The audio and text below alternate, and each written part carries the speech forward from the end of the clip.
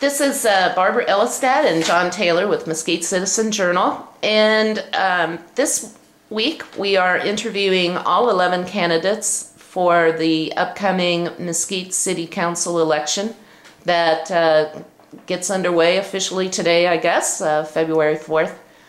And we have 11 people who have filed for candidacy for 3 vacant seats coming up in the primary and general election. And we have Cindy Delaney with us today, who filed kind of at the last minute on Friday morning. And you're also a repeat candidate from 2 years ago. So we're going to start off. We have a lot of questions, a lot of issues. John and I are going to share the questioning. You get to give all the answers.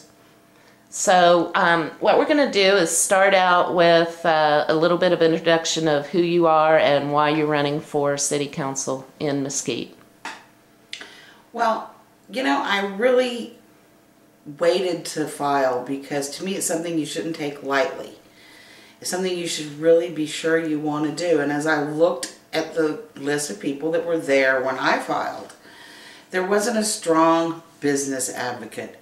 And I think that's one of our biggest things that's going on in Mesquite right now is we really need somebody that is strong on business and wants to help businesses succeed here in Mesquite.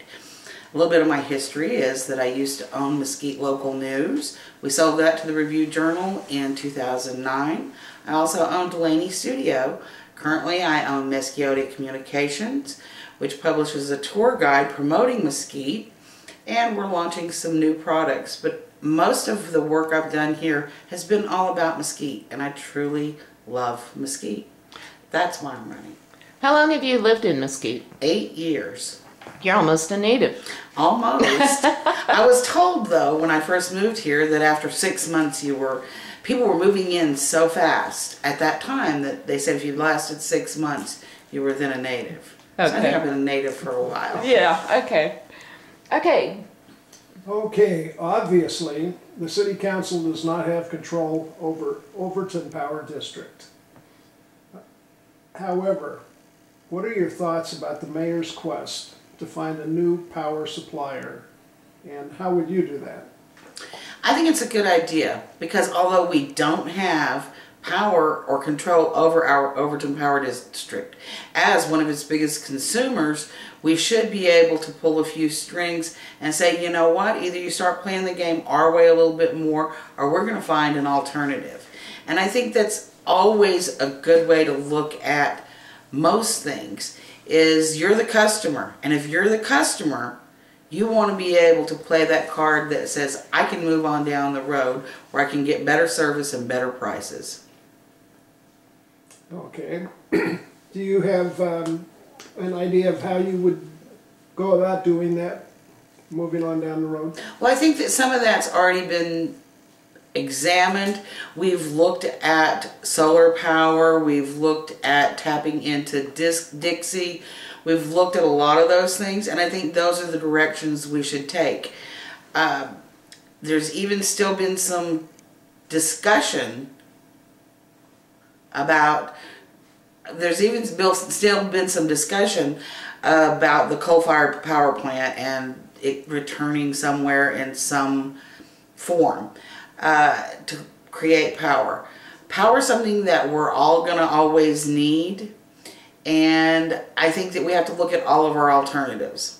But we do have a little bit of sun here. We should probably look into solar, although it takes a long time for it to pay off.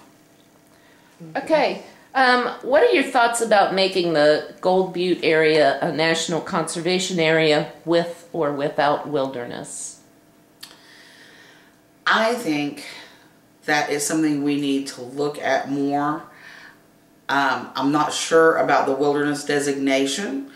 I do think that some of the things, having discussed this at length with Nancy Hall, I think we need to make sure that we as a public still have access to it.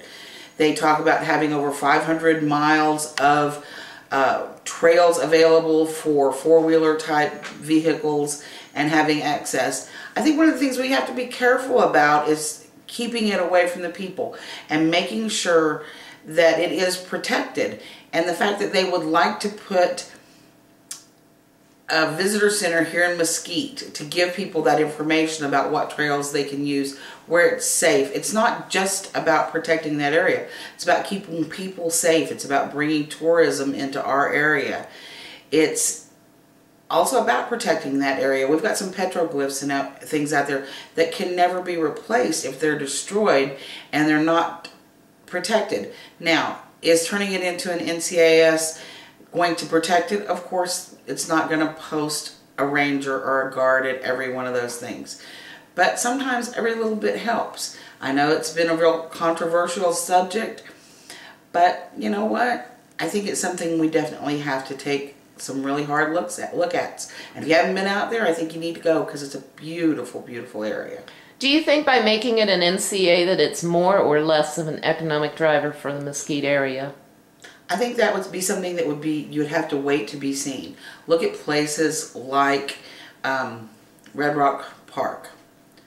Those are all areas where there's been government intervention. Sometimes they close part of it down, but it's, you look at any national park, you look at those things. One of my favorite parks is Pine Valley, but then there's also, the government does put some money into it for construction of picnic areas and, you know, some travelable roads where maybe you could go even if you didn't have a four-wheeler or you weren't up to hiking, that could improve that area a little bit and not make it quite so rugged. So there can be some pluses and some drawbacks, I'm sure, because then you're giving up a little bit of that control. Okay. Okay. The Virgin River Habitat Conservation and Recovery Plan has been under consideration by the City Council for close to a year. Which way do you think the issue should be settled, and do you see it as more of an economic development issue or a conservation issue? I'm going to have to be honest, I haven't kept up with that as well as I should have. I do know that they have problems with the tamarisk down there and that they've been working on it. I've talked to Ken Rock some, and I really think that he's the guy we should be listening to on that one because he knows his stuff. Okay. All right.